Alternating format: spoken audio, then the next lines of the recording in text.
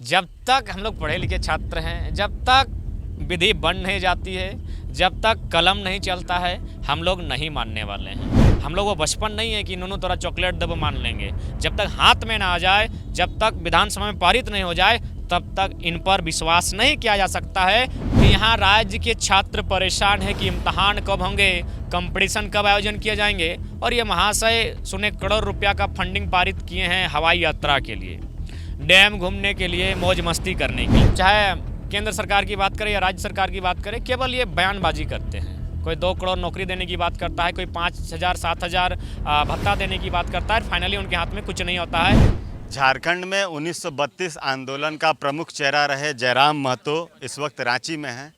जानने की कोशिश करते हैं जिस तरह से सरकार अब 1932 को लेकर खुद हेमंत सोरेन का बयान आया, इस पर विचार कर रहे हैं। कैबिनेट मीटिंग भी है, क्या कहें, खुशी मनाने आए हैं या गम?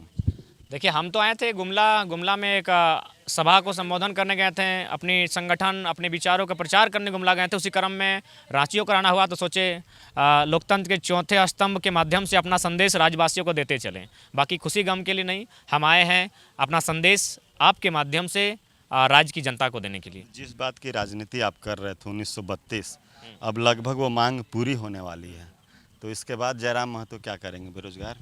देखिए, पहला बात, जब तक हम लोग पढ़े लिखे छात्र हैं, जब तक विधि बन नहीं जाती है, जब तक कलम नहीं चलता है, हम लोग नहीं मानने वाले हैं।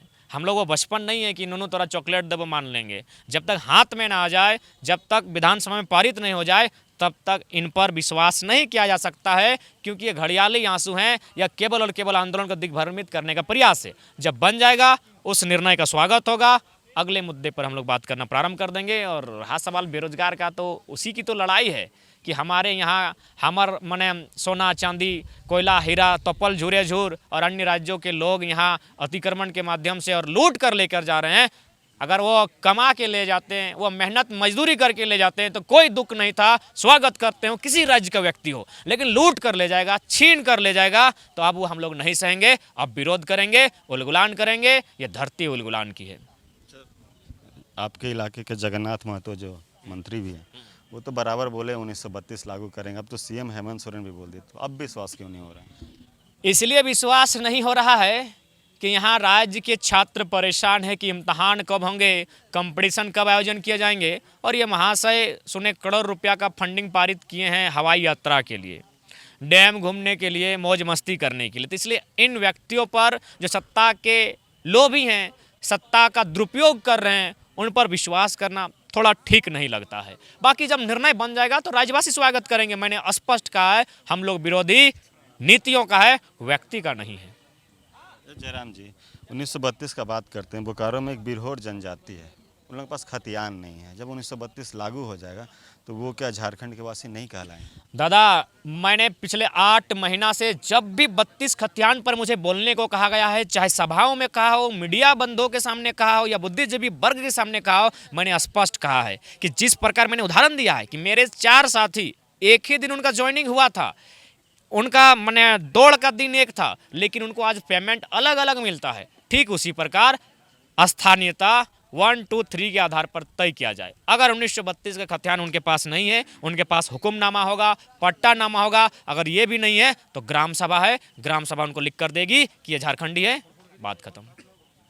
अंतिम सवाल जयराम जी, जिस तरह से राजनीतिक हलचल चल रही है, आप लोग बहुत बड़ा आंदोलन के भाषा को लेकर, उस पर कार्रवाई भी हुई, सरकार बैकफुट पे भी आई, फिर पिछले दरवाजे से भाषा को घुसाया जा रहा है।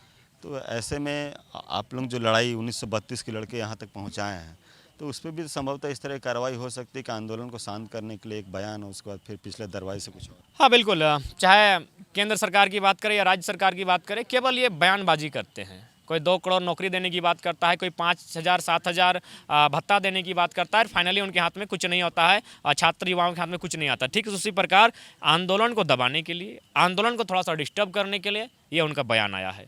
बाकी देखते हैं, कल ही का समय है, कल क्या होता है देखा जाएगा।